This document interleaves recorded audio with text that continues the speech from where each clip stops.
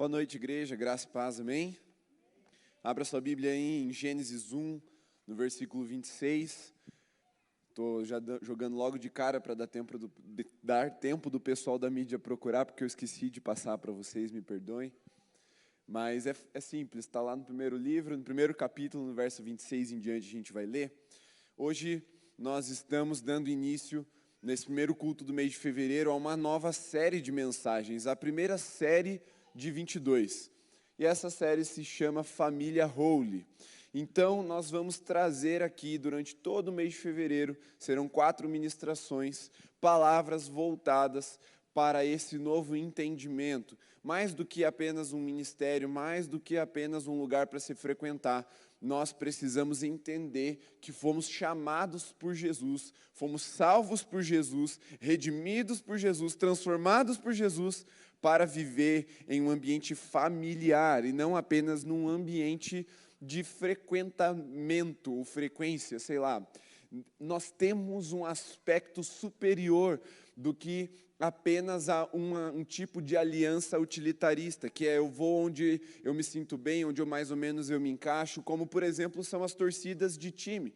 Elas vão no estádio do time delas, junto com a galera delas, para gritar pelo time delas, porque elas têm isso em comum.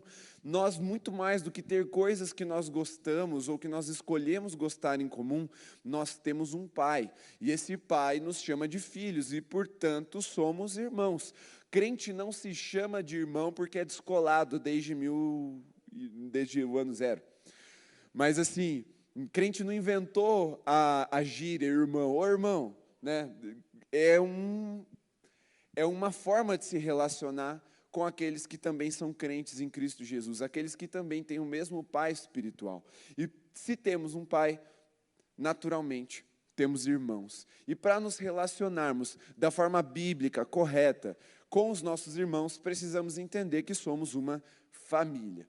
E por que a gente precisa falar sobre algo que parece tão natural? Porque família dá problema. Família nem sempre, na verdade, nunca é bem ajustada ao ponto de não ter nenhum tipo de intercorrência, de problemas que a gente tem que lidar. Você já se estapeou com seu irmão, se você tem irmão. Se você é filho único, você é mais estragado ainda. Se você já viveu mais do que 10 dias na mesma casa com a sua família, você já deve ter dado algum tipo de treta. Qualquer grau familiar, não importa. Mesmo que haja laços de sangue, mesmo que haja intimidade, mesmo que haja proximidade, a gente se relaciona e por nos relacionarmos, enfrentamos dificuldades, problemas. E não é diferente com a nossa família espiritual. Por isso a Bíblia nos dá uma série de ensinamentos sobre como lidar com a gente mesmo, uns com os outros e com essa grande família chamada igreja, corpo de Cristo espalhada por toda a terra. Domingo passado, eu preguei de manhã aqui sobre a comunhão do Espírito Santo. E aquela mensagem é a introdução para essa série, como eu disse no sábado passado. Então, se você não está bem introduzido, se você, já começou, fiquei meio assim, volta lá no YouTube, domingo passado, eu não lembro qual era a data certinho, mas lá, domingo de manhã, a comunhão do Espírito Santo. Você vai ver a mensagem e você vai entender toda a introdução para aquilo que nós vamos trabalhar aqui a partir de hoje. Amém? Dito isso, pode projetar Gênesis 1, 26 em diante. Vamos ler juntos aí a minha versão. Eu não abri a minha versão, então projeta para mim também. Ótimo. Está escrito: E Deus disse: façamos o ser humano à nossa imagem, conforme a nossa semelhança. Tenha ele domínio sobre os peixes do mar, sobre as aves do céu, sobre os animais domésticos, sobre toda a terra e sobre todos os animais que rastejam pela terra. Assim, Deus criou o ser humano à sua imagem. A imagem de Deus o criou. Homem e mulher os criou. Pode seguir. E Deus os abençoou e lhes disse: sejam fecundos, multipliquem-se, encham a terra e sujeitem-na. Tenham domínio sobre os peixes do mar, sobre as aves dos céus, sobre todo animal que rasteja pela terra. E Deus disse ainda: eis que lhes tenho dado todas as ervas que dão semente, e se acham na superfície de toda a terra, e todas as árvores em que há fruto, que dê semente. Isso servirá de alimento para vocês. E para todos os animais da terra, todas as aves dos céus e todos os animais que rastejam sobre a terra, em que há fôlego de vida, toda a erva verde lhe servirá de alimento, e assim aconteceu. Deus viu tudo o que havia feito, e eis que era muito bom.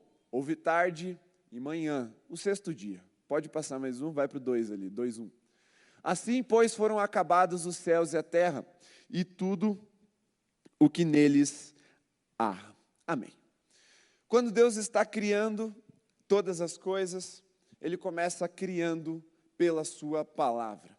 E quando Ele chega ali no sexto dia, o dia em que Ele termina a criação, quando Ele vai coroar a criação com uma criatura que Ele criara à sua imagem e semelhança, a saber, homem e mulher os criou, Deus viu que era muito bom. Há uma distinção quando aqui Deus coloca uma palavra de intensidade no adjetivo. Ele vinha vendo toda a criação e falando, é bom, é bom, é bom, é bom, é bom. Aí ele chega no final e ele cria o homem e a mulher e fala, é muito bom. E aí em Gênesis 2 a gente vai ter um outro relato, o relato com uma perspectiva um pouco mais, com um zoom nessa parte da criação, que é o sexto dia, que é quando Deus cria o homem e a mulher. Deus criou o homem antes da mulher, e ele viu que não era muito bom que o homem estivesse só. Não era bom, não é que não era muito bom, não era bom que o homem estivesse só. Então, de toda a criação, de tudo que Deus havia feito, chegou um ponto que Deus ficou um pouco insatisfeito. Deus falou, não é bom. E o que não é bom? Não é bom que o homem esteja só. Só que aqui a gente precisa começar já prestando atenção em uma coisa muito importante. Deus já estava com o homem? Sim ou não? O homem tinha companhia? Sim ou não? Vocês... Sim. O homem tinha o que fazer? Tinha. Ele não estava entediado. Não é que estava faltando coisa para o homem fazer. Mesmo o homem já estando com Deus, Deus o visitava toda a viração do dia, todo finalzinho do dia ali, quando começa a entardecer. Os animais estavam junto com Adão. Havia todo um jardim para ele administrar. Havia toda uma pesquisa biológica para ele classificar os animais ali. Não era falta do que fazer. Não era solidão no sentido de estar só entre quatro paredes, e nem tampouco era uma solidão espiritual. Adão não estava sozinho espiritualmente. Ele estava com Deus. Deus o visitava todos os dias. E mesmo assim, quando Deus olhou para Adão sozinho, Deus falou, não é bom. E aí ele criou a mulher. Uma auxiliadora idônea, equivalente, correspondente a quem Adão era. Porque de todos os animais, Adão não encontrava o quê? Companhia? Fala, não. Ele não encontrava correspondência. Portanto, a primeira definição de solidão que a Bíblia nos traz não é estar sozinho. Solidão, em primeiro lugar, é não ter quem o corresponda. Porque Adão podia se relacionar com Deus, certo? Vamos, gente, participem comigo, amém? Vocês conhecem o relato. Adão podia se relacionar com Deus. Deus o visitava. Mas qual era a relação entre Adão e Deus? Criatura e Criador. Havia intimidade, havia constância, não havia pecado. Era algo puro e totalmente revelado. Mas Deus e Adão. Ok? Agora, Adão com os animais. Quando Adão se relacionava com os animais, ele tinha uma autoridade. Está escrito, a gente leu, Deus repetiu algumas vezes num relato curto, que ele ia ter domínio sobre todos os animais da terra, do céu, da água, do rastejo, e tudo jeito, e árvore, planta, e semente, e fruto, tudo. Adão se relacionava com o resto da criação como uma autoridade. Então, Adão e o resto da criação. Não havia uma correspondência com Adão. Adão estava só, não porque não tinha ninguém com ele, mas porque não havia quem o correspondesse. E aí Deus falou, não é bom. E aí ele criou Eva, e aí idônea, para que correspondesse a ele. Então Deus quebrou a solidão de Adão, não é com mais jejum e oração, não é com mais presença manifesta dele, nem tampouco enchendo o jardim de mais animais, ou de mais árvores, ou de mais tarefas, ou de mais coisas para ele fazer, nem criou um evento para os anjos visitarem Adão e eles terem um tempo ali de social, não. Deus criou a mulher para corresponder a ele, e aí a solidão de Adão foi quebrada. Portanto, para nós entendermos essa mensagem, para nós entendermos essa visão familiar do que é a igreja de Cristo, preste bem atenção, a gente vai precisar corresponder uns aos outros. Não é se encontrar, não é estar presente no mesmo lugar, não é nem fazer uma social, mas é nos relacionarmos num nível de correspondência enquanto corpo de Cristo. E é aí que está o segredo. Mas antes disso, a mensagem tem um título hoje. A série Família Holy. Mensagem de hoje, façamos. Vamos aprender aqui já com Deus, nesse início, na gênese da coisa, como que as coisas são criadas. Presta atenção em primeiro lugar, como que Deus criou as coisas através da sua palavra. Deus disse, Deus falou, e as coisas foram criadas. A partir da sua linguagem, Deus se expressava e as coisas surgiam, e elas passavam a existir. Então, o que a gente precisa começar a prestar atenção nesse início, nesse relato, nessa gênese é, Deus cria a partir da sua linguagem, e há algo muito especial na linguagem de Deus aqui. O verbo está no plural, primeira pessoa do plural. Não é faço o homem à minha imagem, à minha semelhança. Deus falou, façamos o homem à nossa imagem e à nossa semelhança. Quando, alguns anos atrás, eu estava estudando um pouco sobre essa parte da gramática e lógica e pensamento, eu li um livro que Agostinho escreveu não, mas ele comentou muito na época dele, que eu achei importante, e ele fala um pouco sobre isso, sobre linguagem, sobre o que a nossa forma de falar as coisas representa. E quando a gente fala, nós estamos expressando não só o que eu quero dizer, mas nós também tendemos a expressar como eu cheguei nesse pensamento. Então, assim, quando Deus diz façamos, mostra que Deus pensa coletivamente. Porque a expressão, a linguagem que Deus usa é coletiva. Então isso está revelando algo sobre como Deus pensa, como Deus gosta que as coisas sejam feitas. Assim como na nossa linguagem. Quando a gente fala muito no eu, para mim, é meu, a gente está mostrando o quê? Que nós temos um coração voltado para nós mesmos, egoísta. Quando a gente tem uma fala muito assim para baixo, nossa, difícil, não vai dar, que complicado, nossa, é tenso, é punk, é trash, você percebe que a pessoa ela vê a vida de uma perspectiva muito diminuída, ela tem medo da vida, tudo é muito complicado, você percebe que há uma ferida no coração dela, porque o que ela fala revela o que tem no seu coração, bíblico, amém? A boca fala do que o coração está cheio. Então, Deus vai revelando o seu coração já na linguagem criacional. Deus vai se mostrando um ser coletivo desde o início. Façamos, vamos fazer. Havia ali uma reunião santa, 2 ou 3, não, 3 exatamente, né? Conversando sobre como o homem seria criado à imagem e semelhança de Deus. E aqui é que é importante. Primeiro ponto da nossa mensagem é que a gente precisa mudar a nossa forma de pensar. Então, façamos o holy em nome de Jesus, mas façamos o holy. Primeiro ponto é, transforme o eu em nós.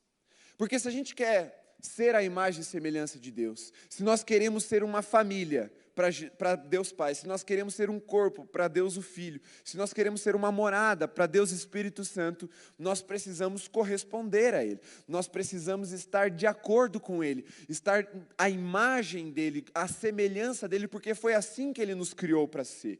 E não tem como a igreja, ou o ministério, ou qualquer coisa relacionada ao corpo de Cristo prosperar sem que haja uma transformação da nossa linguagem.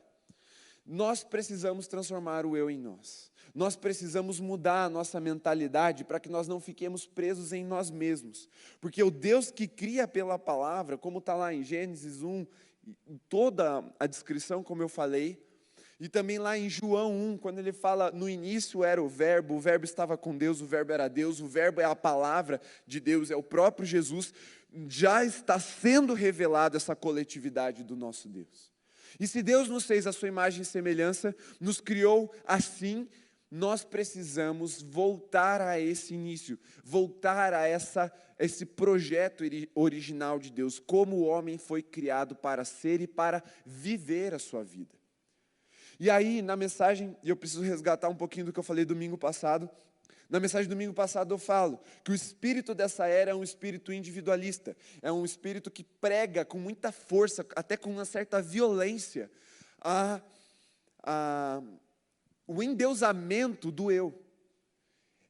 Você precisa se amar, você precisa e é você, porque você precisa se realizar sozinho, não importa ninguém, importa como você se sente, é você, e vem uma força na linguagem do nosso tempo, da nossa era, que vai ferindo a imagem de Deus em nós, e isso entra no meio da igreja.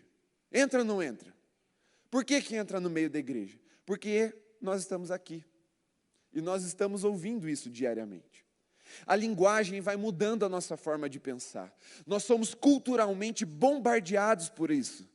Nós estamos o tempo todo aprendendo, e até de uma forma meio com uma certa ridicularização de quem pensa o contrário, de que o eu é que é importante, que você não pode depender de ninguém, você tem que ser você mesmo, e vai lá e você começa, meu Deus, eu sou eu mesmo. Aí daqui a pouco você questiona, com quem que eu estou falando quando eu falo meu Deus?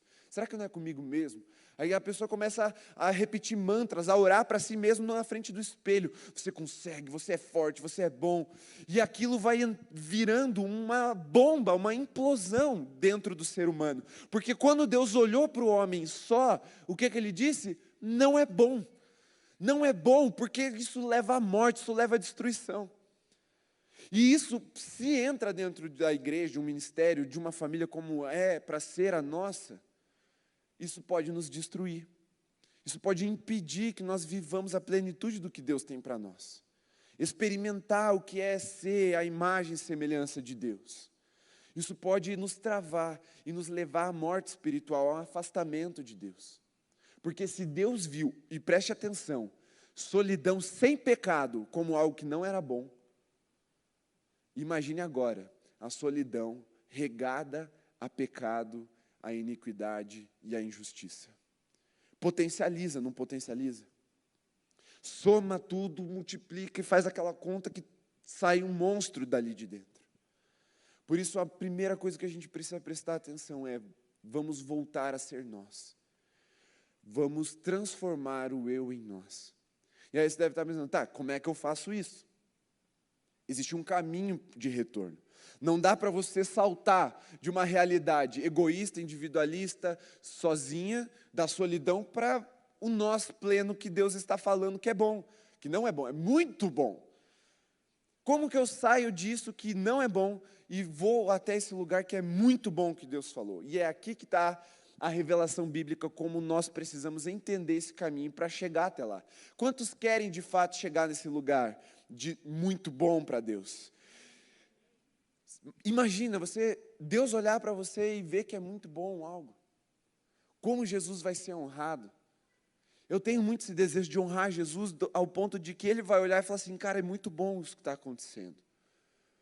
E nós precisamos ter esse anseio como ministério, como família. Por isso, para nos tornarmos uma família, nós precisamos transformar o eu em nós. Porque, como eu disse, Deus cria pela palavra. nós queremos criar, construir, fazer um ministério que agrada a Jesus, nós precisamos começar fazendo pela palavra também.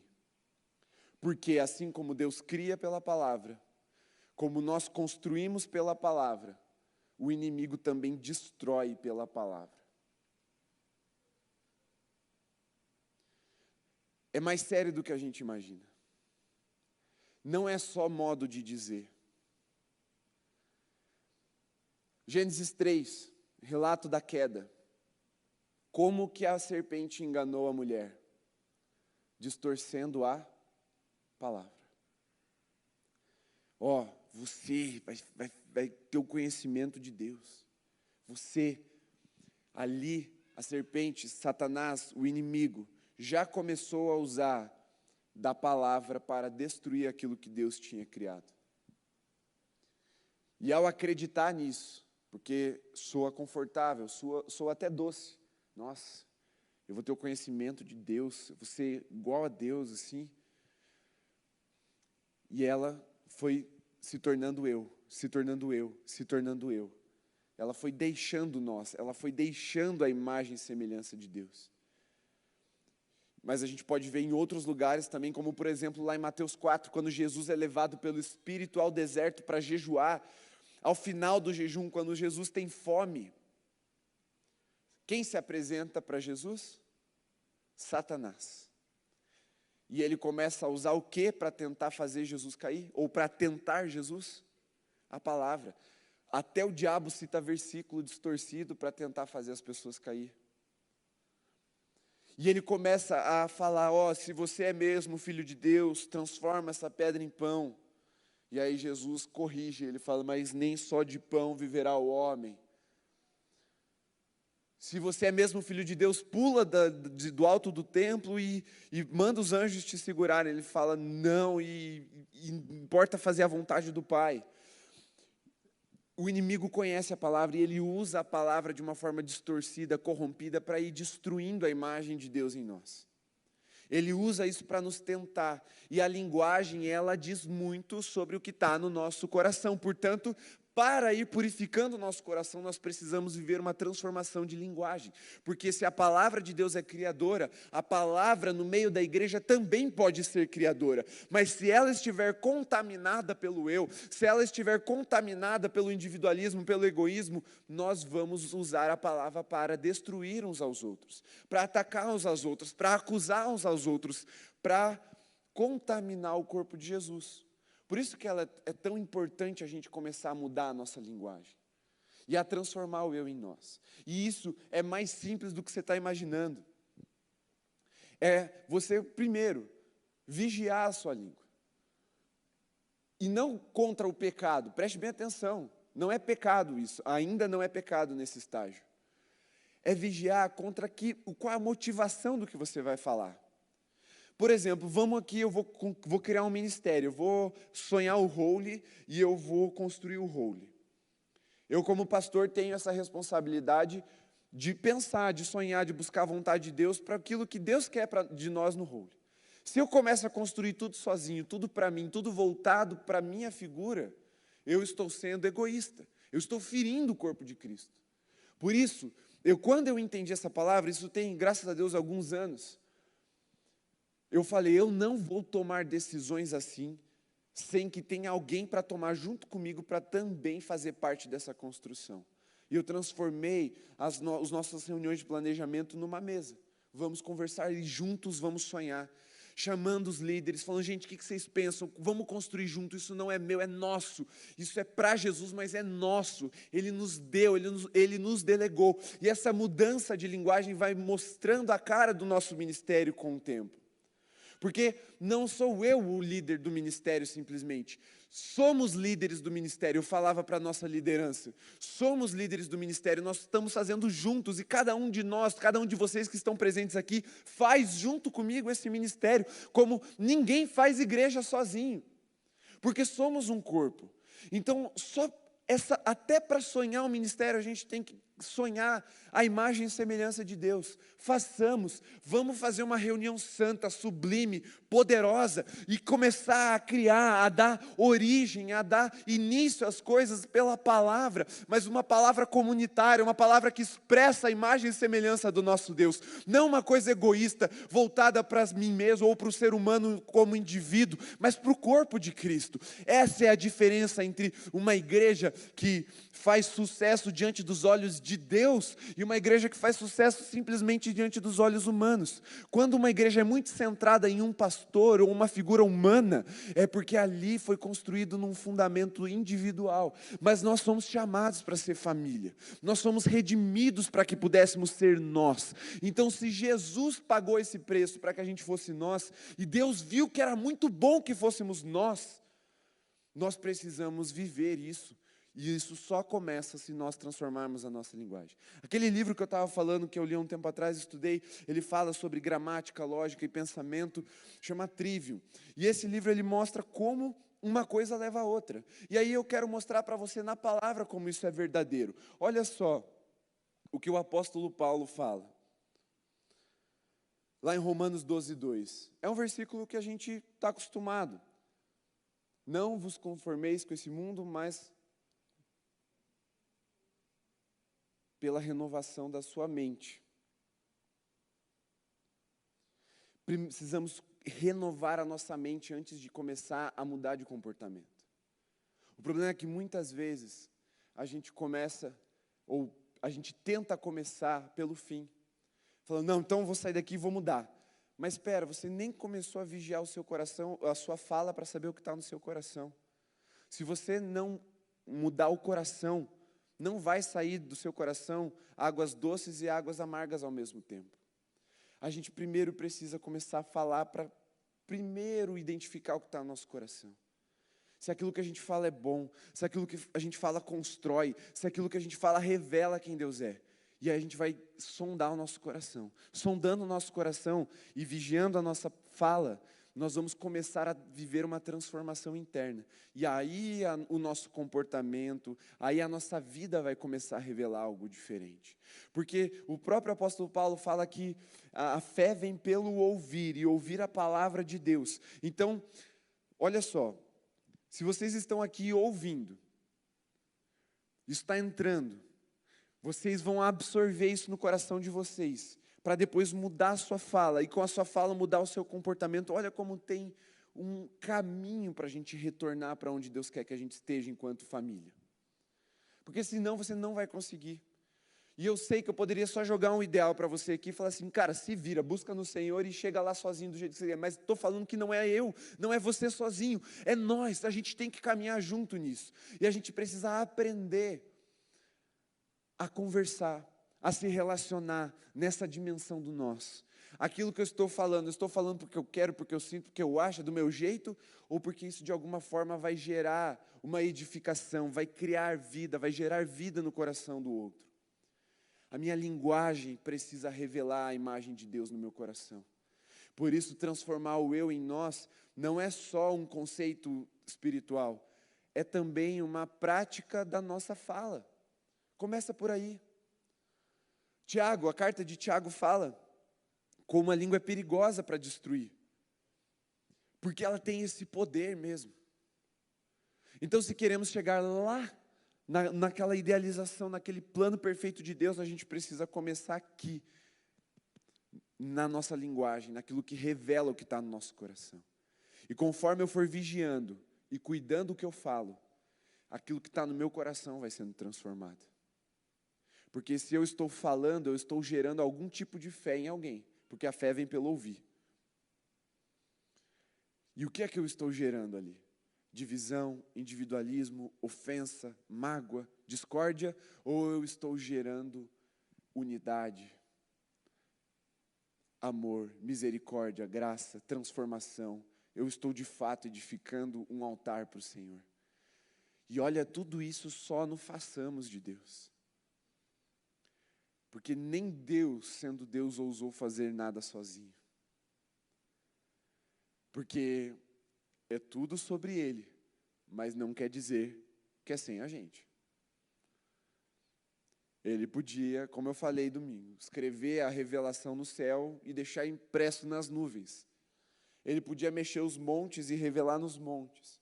Ele podia, uma vez por dia, explodir um vulcão e revelar ali nos trovões e nas luzes e no fogo. Mas ele escolheu derramar o Espírito dele sobre a igreja para se revelar. Ele decidiu construir o reino dele com gente, com pessoas. Ele nos incluiu na obra dele, ele nos incluiu no plano, no propósito dele. Então, se Deus fez isso, nós não podemos pensar diferente disso. Precisamos ter uma linguagem que revela um coração comunitário. Porque Deus é comunitário. E nós também precisamos ser. Ouça, compreenda e decida mudar a sua fala. E sua fala criará uma nova realidade de mente e de ação. Porque é muito difícil a gente agir diferente do que a gente pensa. Mas se a gente começar pela fala, pela renovação da nossa mente, pelo ouvir, transformar o que está no nosso coração, nós estaremos sendo transformados à imagem e semelhança de Cristo. Nós estaremos cada vez mais nos tornando parecidos com Ele. Agora, segundo ponto dessa palavra façamos preste atenção, não se contente com presença, procure correspondência.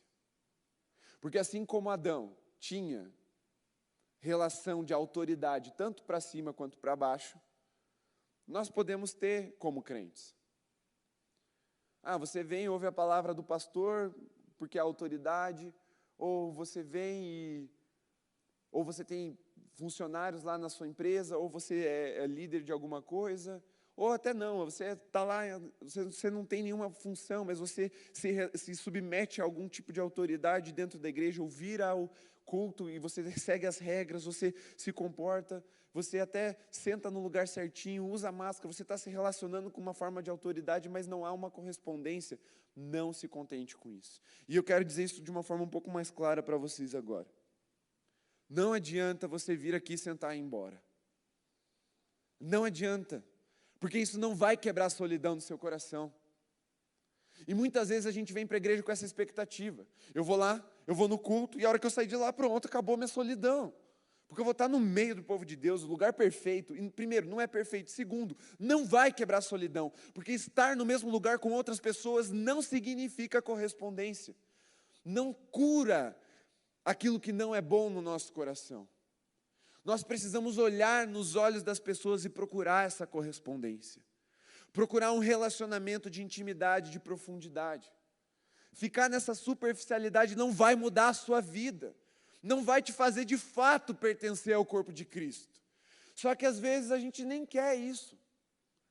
A gente vem por culpa. A gente vem por um tipo de medo ou até um tipo de temor da parte do Senhor de falar assim, não, eu vou, né, porque eu tenho que ir na igreja, senão Jesus fica de cara comigo. E aí eu vou lá, bato o cartão e vou embora. Mas é eu e Deus. Não precisa, né, não preciso, não, é eu e Deus e tá bom. Não existe eu e Deus. E tá bom na mesma frase. Nem Deus falou que estava bom nessas horas. E eu estou falando de um coração solitário, eu não estou falando da intimidade do secreto, tá bom? Tá claro aqui? Estou falando de uma pessoa que vem e acha que isso é suficiente. Não. Nós não fomos chamados para frequentar reuniões, nós fomos chamados para ser família. E é claro, família se reúne. Em nome de Jesus. 2 ou 3 estão ali, Jesus está junto também. Mas é isso que vai curar um coração solitário, é isso que vai transformar o que não é bom em muito bom. Quando houver correspondência, quando a gente decidir se relacionar, não apenas por conveniência, ou por uma relação de autoridade, ou por uma relação utilitária, porque eu gosto daquele tipo de música, eu gosto do jeito que o pastor prega, ou eu gosto das luzes, ou eu gosto porque eles colocaram um telão novo, chegou, aleluia. Não. É necessário procurar correspondência no corpo de Cristo. Se você vem, chega atrasado, já para não ter que cumprimentar ninguém além de quem está na recepção, e vai embora na hora do apelo para não ter que despedir de ninguém, é muito provável que seu coração esteja ferido ou você esteja em pecado. Você está fugindo da comunhão. Você está fugindo da família. Filho que tem vergonha dos irmãos. Você deve estar em fuga. E essa fuga revela algo no seu coração. Como eu disse, ou você está ferido e precisa de cura, ou você está em pecado e precisa de redenção. De uma forma ou de outra, as duas coisas te levam a fugir de Deus, a fugir do corpo de Cristo. E não existe relacionamento com Jesus sem um relacionamento com a sua igreja. Jesus não é uma cabeça flutuante. Jesus é o cabeça que tem um corpo chamado igreja. Não tem como você cortar uma coisa da outra. Seria um absurdo, seria... Essa palavra é boa, um absurdo. Você tirar a cabeça de Jesus do lugar. Não faça isso, se relacione com Jesus sim, mas procure pessoas para se corresponder, para se relacionar. Para você ser família, para você poder chamar de irmão, não porque está no ambiente da igreja, mas porque você sabe que é um irmão. E eu estou falando que todos são irmãos porque todos têm o mesmo pai. Mas é importante a gente lembrar uma coisa aqui, nem todo irmão é próximo, e está tudo bem. Se a Bíblia diz que tem amigo que é mais chegado que irmão, está tudo bem você não ser íntimo de todo mundo. Mas de alguns, pelo menos, você tem que ser. De uma parte do corpo você precisa se aproximar. Em algum lugar você tem que se conectar. E com algumas pessoas você precisa fazer isso. Por isso, não procure presença. Eu vou estar lá e eu vou estar presente e isso é o suficiente. Não. E eu sei porque eu lido muito com isso no gabinete. Pais, principalmente de adolescentes, que falam, pastor, meu filho vai na igreja, mas ele não tem amigo. Mas porque ele não se relaciona. Ir na igreja não faz você ter amigo. Ser igreja pode te ajudar muito mais. Mas precisa de uma ação propositiva. Porque se é para corresponder, precisa de uma ação. Precisa haver uma interação, precisa haver um objetivo, uma intenção do seu coração de se aproximar de alguém. Por isso, não procure simplesmente estar presente. Venha, esteja presente, não tem como se corresponder sem estar presente. Mas não se contente apenas com estar presente. Vá mais fundo, vá até o lugar de correspondência. Porque o raso, a superfície, é para quem está de passagem. Quem habita mesmo, vai para o profundo. E profundo é a intimidade. Não só com Jesus, mas com os irmãos também. Amém? Muito bem. Então esse é o segundo ponto. Não se contente com presença, procure correspondência. Por quê? Qual é o maior mandamento? Amarás o teu Deus sobre todas as coisas e ao próximo como a ti mesmo. Não tem como amar sozinho. Portanto, é impossível você cumprir o resumo da lei dos profetas que Jesus trouxe no amor sem alguém. Não existe auto-amor. O amor é um vetor, ele aponta para algum lugar, para alguma direção, para alguém. Nem Deus amou sozinho e ele é amor. Ele amou seus filhos, ele amou a igreja, ele nos amou quando ainda éramos pecadores. O amor é uma ação de dentro para fora, mas é para fora, você não consegue de dentro para dentro. Por isso, sem ninguém, você não consegue nem cumprir o mais básico da fé cristã, que é amar a Deus e ao próximo como a ti mesmo. Porque o apóstolo João diz que se você diz que ama a Deus, mas odeia o próximo, você está mentindo. Porque é impossível você amar a Deus que você não enxerga e odiar o próximo que você enxerga. Por quê? Quem é o próximo? Igreja, corpo de Cristo, seu irmão. Se você odeia o corpo de Cristo, por tabela você está odiando a Cristo. O outro é tão necessário que sem ele você não cumpre nem o fundamento, nem a base. Por isso que a gente precisa pensar assim. Por isso que o nosso coração precisa se voltar para as pessoas, para os próximos, para os irmãos. E de fato nos tornarmos uma família. Porque nós dependemos do outro para nos relacionarmos com Deus. Isso não significa, de novo, que não tem um relacionamento pessoal de intimidade com Jesus. Tem. Mas para viver esse relacionamento de forma plena, a gente precisa do outro. porque senão sempre estaremos em falta. É impossível você amar Jesus e odiar a igreja. É impossível. Você pode se frustrar com membros da igreja, mas lembre-se que a igreja é o corpo do próprio Cristo. Você pode ficar ferido com pessoas, da sua família. Quem aqui nunca ficou chateado, no mínimo chateado, para não dizer pior, com o pai e com a mãe? Levanta a mão, quem nunca ficou?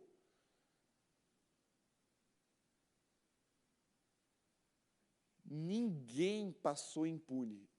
E a Bíblia diz que nossos pais nos amam.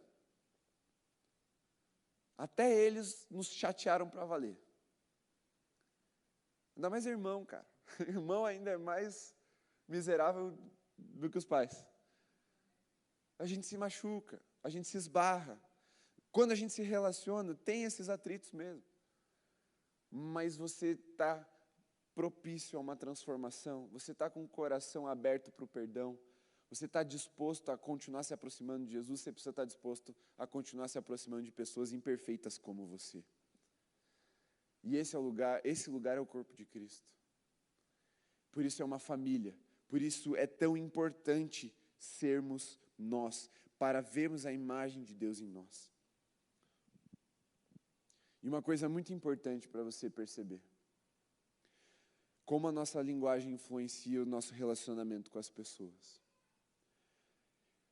Satanás usou a linguagem para mentir para Eva, para enganá-la, para levá-la ao pecado. Satanás usou a linguagem para tentar Jesus. Preste bastante atenção na linguagem do nosso tempo, que é a linguagem das mídias sociais. Nós vivemos uma linguagem de comparação. Alguém acha que não? Por favor, só levante a mão para eu argumentar com um pouquinho mais de explicação. Não? Ok. Está claro que é uma linguagem de comparação. Você vai postar uma foto, sei lá, com o seu marido ou com a sua esposa. Que seja com o seu namorado. Você não fala assim, olha, meu bom marido. Não. Você fala, olha, o melhor marido do mundo. É comparativo. Você está ali para mostrar para os outros que o seu é melhor. Não importa se ele é bom ou não, importa que ele é melhor. E lembra que eu falei? A boca fala do que o coração está cheio, a linguagem, a nossa retórica, ela revela o que está no nosso coração. E o que é comparação, se não a gente querer hierarquizar as relações? Melhor, pior, melhor, pior, pior, melhor, e ali, não mais aqui, mais ou menos. Por isso que nós vivemos a era da solidão, mesmo estando na geração mais conectada do mundo. Porque o nosso coração fica comparando, atacando, criticando, nos projetando como melhores do que os outros. Para quê? Para nos relacionarmos sem correspondência. É por isso que, mesmo tendo 1.000 seguidores no seu Instagram, 6.000 amigos no seu Facebook, um WhatsApp que vibra dia e noite de mensagem, você se sente só. Porque a linguagem mostra o como essas relações estão acontecendo. E o como é em comparação. O melhor dia, o melhor lugar, o melhor mostra. E eu sei que pode ser muito ingênuo da nossa parte isso, e eu creio mesmo que é. Mas isso revela, tá na Bíblia. Mostra do que está cheio o nosso coração. E a gente começa a acreditar naquilo que a gente está falando, nas comparações. E o nosso coração começa a se encher do quê? De mágoa, de rancor. Porque a gente fala que o nosso é melhor, mas a gente nem acredita que é melhor. Só que a gente já colocou na comparação. E aí você passa 2, 3 e você vai ver uma outra pessoa postando as férias num lugar muito mais bonito do que as suas férias. E você está falando o melhor lugar. Você vai postar e você vai ver que daqui a pouco tem alguém postando uma coisa melhor do que a sua. E você vai se sentindo mal e vai se sentindo sozinho, porque não há mais correspondência. Há só hierarquização. Melhor, pior, pior, melhor. E essas relações que deixam a gente cada vez mais sozinhos, apesar de estarmos mais conectados. Olha que profundo a revelação do façamos que está em Gênesis. A imagem de Deus em nós é para a coletividade, porque o contrário disso simplesmente não é bom.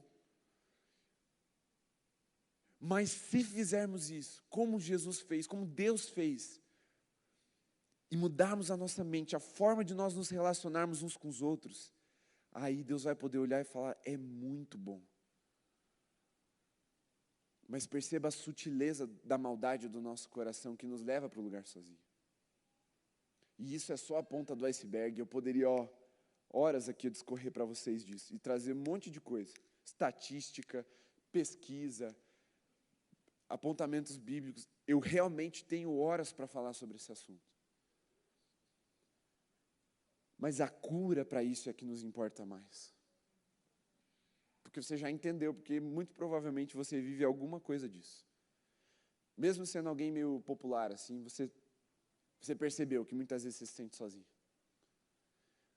É nessas horas que você precisa procurar correspondência. E é claro que a pandemia e o isolamento amplificou tudo isso.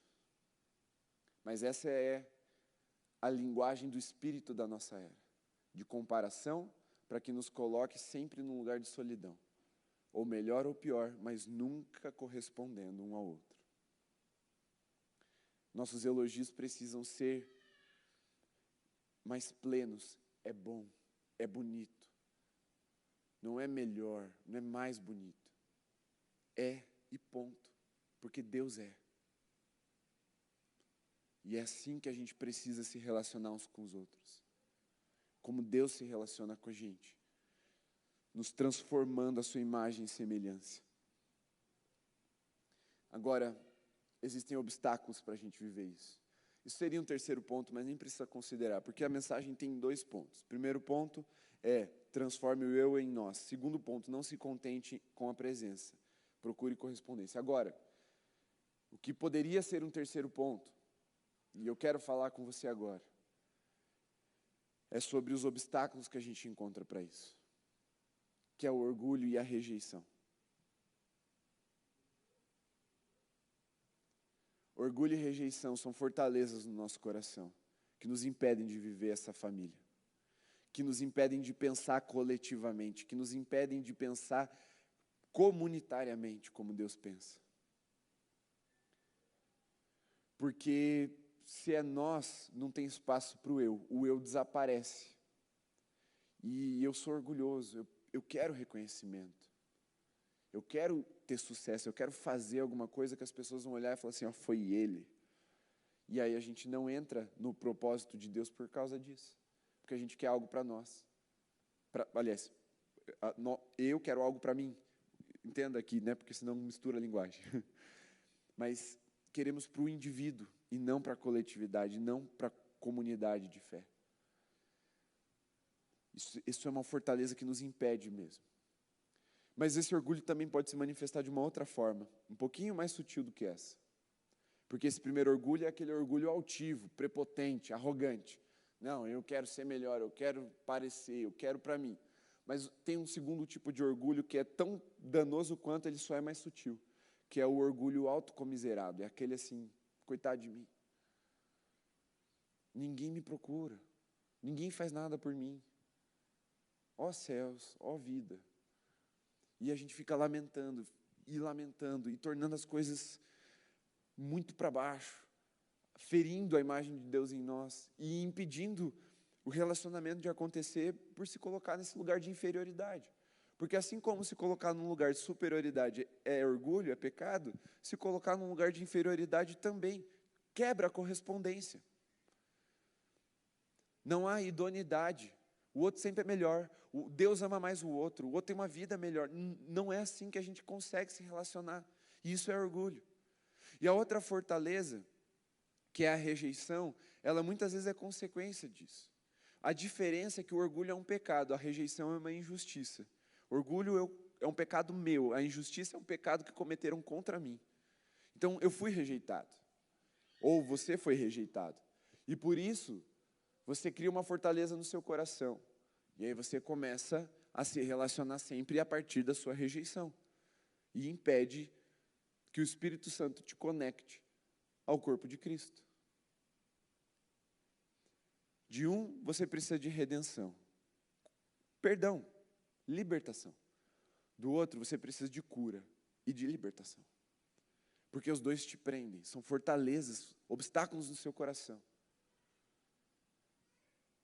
Porque quando alguém te feriu, mesmo sendo da sua família, você já pensou, nunca mais eu piso aqui. Ou para mim aquela pessoa morreu. E muitas vezes você está matando um irmão, família. E isso te impede de viver o façamos. Te impede de viver a imagem e semelhança de Jesus. Mas para a gente concluir, em cima disso, o que é que então nos leva para esse lugar que Deus projetou, planejou para nós? Quais são os degraus que a gente consegue se apoiar para subir até esse lugar? Se o que nos impede, obstáculos, fortalezas, é orgulho e rejeição, o que nos cura e nos liberta e nos impulsiona é o amor e a misericórdia. Em primeiro lugar, de Deus para conosco, amém? Mas também nosso para com os outros. Precisamos amar, precisamos ser misericordiosos, porque sem amor e misericórdia não há relacionamento. Nem de Deus com os homens, nem dos homens com os homens. Sem amor e sem misericórdia, nós não vamos chegar lá. E a minha oração nessa noite é para que o Espírito Santo nos batize com amor e misericórdia. Nós seremos mergulhados em amor e misericórdia nessa noite. Só assim caminharemos até a imagem de Deus em nós. Então, comece a mudança pela palavra. Viva uma nova realidade criadora em Jesus e com os seus irmãos, assumindo essa linguagem coletiva e comunitária.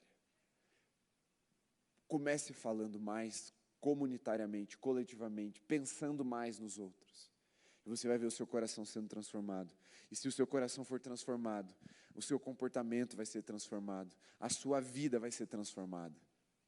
E as coisas vão começar a acontecer, a serem criadas na sua vida. Saia da superfície.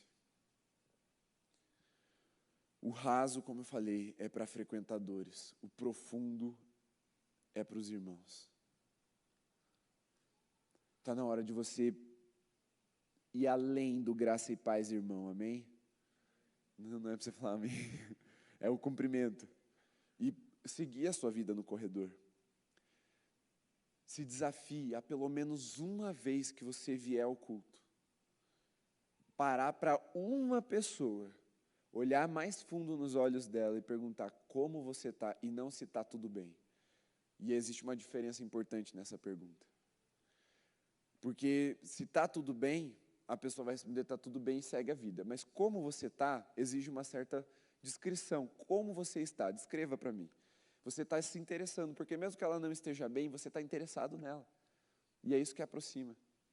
A linguagem transforma a nossa mente, que transforma o nosso comportamento. Nós nos tornaremos mais interessantes e mais interessados uns nos outros. Transforme a mente, para que transforme a sua linguagem, para transformar a sua mente, transformar o seu comportamento. E assim você vai sair da superfície. Se você precisa de cura e libertação, decida confessar os seus pecados que obstruem o caminho da unidade. Se você está sozinho, ou tem pecado que você cometeu, ou tem pecado que cometeram contra você. De ambos você precisa de libertação e cura. Mas não fique numa decisão negativa. Eu não vou mais fazer errado. Assuma uma postura amorosa e misericordiosa. E aí você vai ver essa postura provocando uma correspondência nas pessoas. Façamos juntos um ministério que é uma família para o Pai, um corpo para o Filho e uma morada para o Espírito. Fique em pé.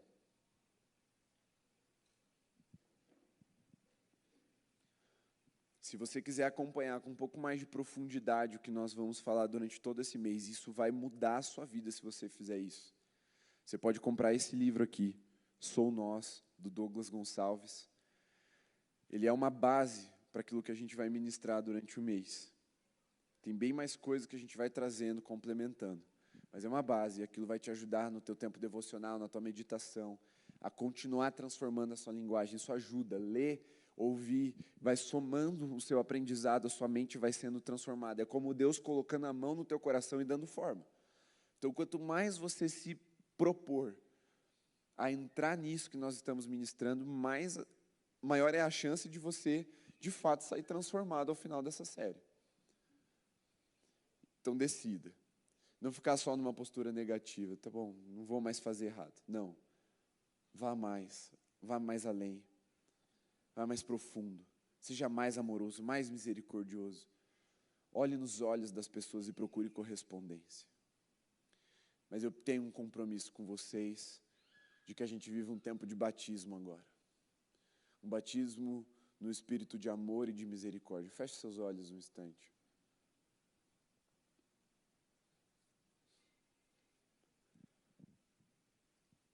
O Espírito Santo vá jogando luz para dentro agora. Aumenta as chamas do teu fogo santo nesse lugar. Fogo santo e consumidor, fogo santo e revelador. Vai jogando luz para dentro agora dos corações, Senhor, em nome de Jesus. Para que toda a névoa, todas as trevas, tudo aquilo que obscurece o entendimento e a revelação dos corações sejam dissipadas agora, em nome de Jesus. Fala com o teu povo, Senhor, vai falando, vai mostrando a condição do coração, Senhor. Não há lugar para vergonha e constrangimento na sua santa presença, porque pelo sangue de Jesus é que nós entramos na sala do trono nesse momento. E pelo sangue de Jesus nós clamamos por liberdade, clamamos por libertação, clamamos pela cura dos corações feridos, Senhor. Tira o medo, tira a vergonha, tira os obstáculos, tira os espinhos dos corações feridos. Vai transformando a mente, a linguagem, o comportamento, o coração, Senhor, para que a Tua imagem consigamos nos relacionar e viver no nós. Transformar, Senhor, a nossa mentalidade ególatra, egoísta, numa mentalidade comunitária, que o Senhor tem prazer de estar.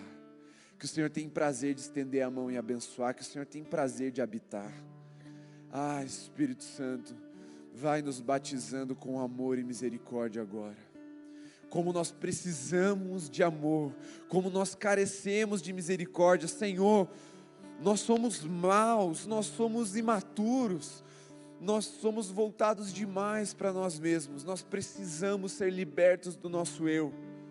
Nos ensina, Senhor, nos ensina a vivermos uma vida como Cristo viveu, devotada a fazer a vontade do Pai, mas cumprindo na vida do próximo, para que não haja impedimento, Senhor, para que não haja solidão. Senhor Jesus, nós abrimos o nosso coração solitário para sermos ministrados pela correspondência daquilo que é muito bom, e que o Senhor viu que era muito bom que fosse assim, que nós como igreja estejamos unidos em uma só voz, uma só confissão de fé, um só batismo, um só Espírito, um só amor, uns pelos outros, porque amamos o Senhor em primeiro lugar, e não podemos desatar uma coisa da outra, Senhor. Nos ensina, por favor, Senhor, tem misericórdia de nós e nos liberta desse tempo, dessa era, dessa linguagem individualista e desse coração voltado para si mesmo. Queremos ser uma família que o Senhor se agrada, queremos ser um corpo que Jesus de fato pode atuar com plenitude e fluidez. Queremos ser uma habitação agradável para o Teu Espírito, onde há liberdade, onde há unidade, onde há fraternidade, porque somos irmãos, filhos do mesmo Pai amoroso, que nos comprou com o sangue precioso de Jesus. Leva-nos, Senhor, a esse lugar de batismo. Vai subindo as águas da Tua presença, para que sejamos mergulhados, batizados, Senhor.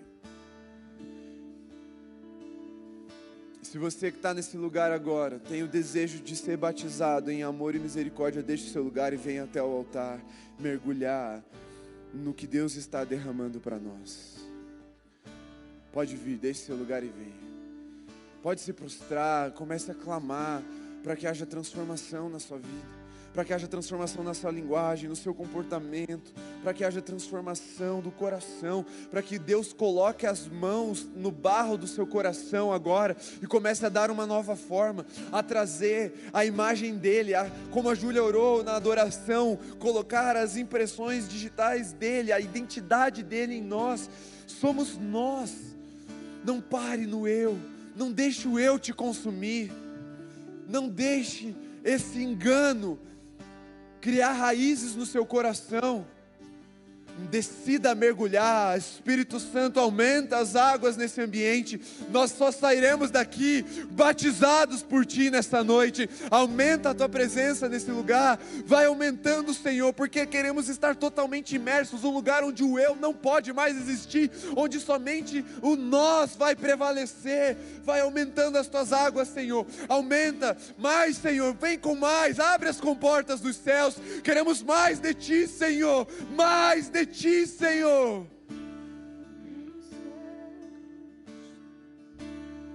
Batizados com amor.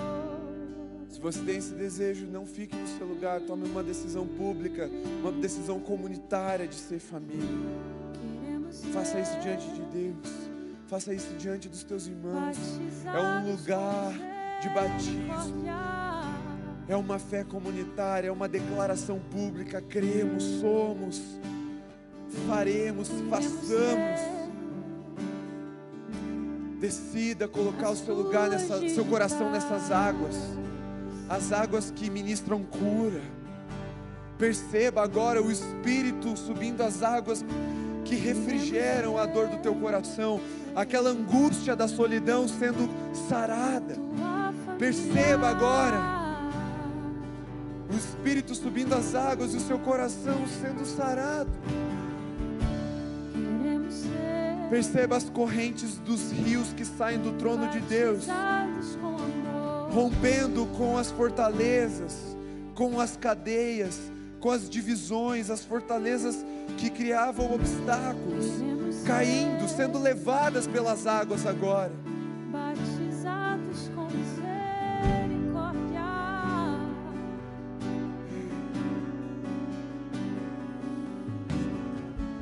Batiza no Senhor. Batiza no Senhor. As tuas digitais. Ai, Senhor, aumenta a tua presença. Doce Espírito, vai aumentando a tua presença. Vem com mais. Queremos ser, Senhor, Vem com mais. a tua Somos família. nós, teus filhos, teu corpo, tua morada, tua família. Vem com mais, Espírito. Queremos ser batizados com amor.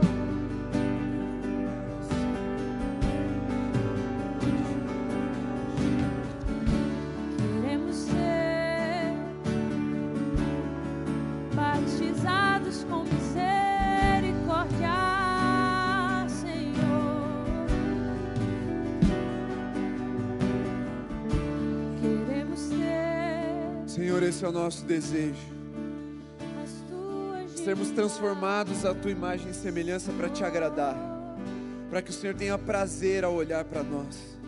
Para que o Senhor se alegre de estar na nossa presença. De descer com o derramado do teu Espírito Santo e manifestar a tua presença sobrenatural. Senhor, os corações feridos, angustiados, solitários estão no teu altar para serem lavados, purificados, transformados e libertos para viver essa nova realidade de vida. Vem com mais, Senhor. Mostra para os teus filhos que ainda há níveis mais profundos que só podem ser experimentados no amor e na misericórdia.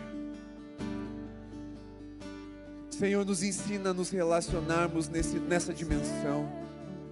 Senhor, chega de vivermos em relacionamentos utilitaristas, convenientes, baseados em afinidade apenas, Senhor. Leva-nos a lugares mais profundos, de edificação, lugares de visitação do Teu Espírito, lugares de transformação verdadeira, profunda, lugares do Teu sobrenatural se comunicando no nosso dia a dia, uns aos outros, Senhor, com palavra profética, com revelação, com fluir de cura, com unção, com graça. Leva-nos a esse lugar, Pai, onde nós nos interessamos pelo coração alheio. Esse lugar que quebra com aquilo que não é bom nas nossas vidas e nos ensina a viver aquilo que é muito bom aos Teus olhos. Nós temos uma palavra, Pai, de vida e vida em abundância sobre a Tua igreja, sobre esse ministério, sobre essa família. A família Holy está constituída no sangue de Jesus. Que essa palavra nos leve a essa nova realidade. Começamos apenas, Senhor, mas nós vamos continuar, nós vamos perseverar nesse ensinamento. Nos ensina a prosseguir, nos ensina a Te amar, nos ensina a amar ao próximo como a nós mesmos. Nos ensina a viver essa aliança, esse laço familiar. Em nome de Jesus. Amém.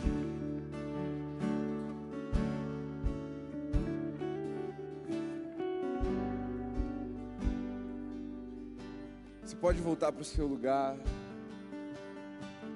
Queria que você daí, com muita liberdade, sem pressa, se você está orando, se você deseja ficar, fique à vontade. Você pode se assentar, você que está aí no seu lugar. Nós nos despedimos de você que nos acompanhou de casa. Sábado que vem te esperamos aqui às 19 horas. Deus te abençoe, meu irmão. Fique na graça, na paz de Jesus, na comunhão do Espírito.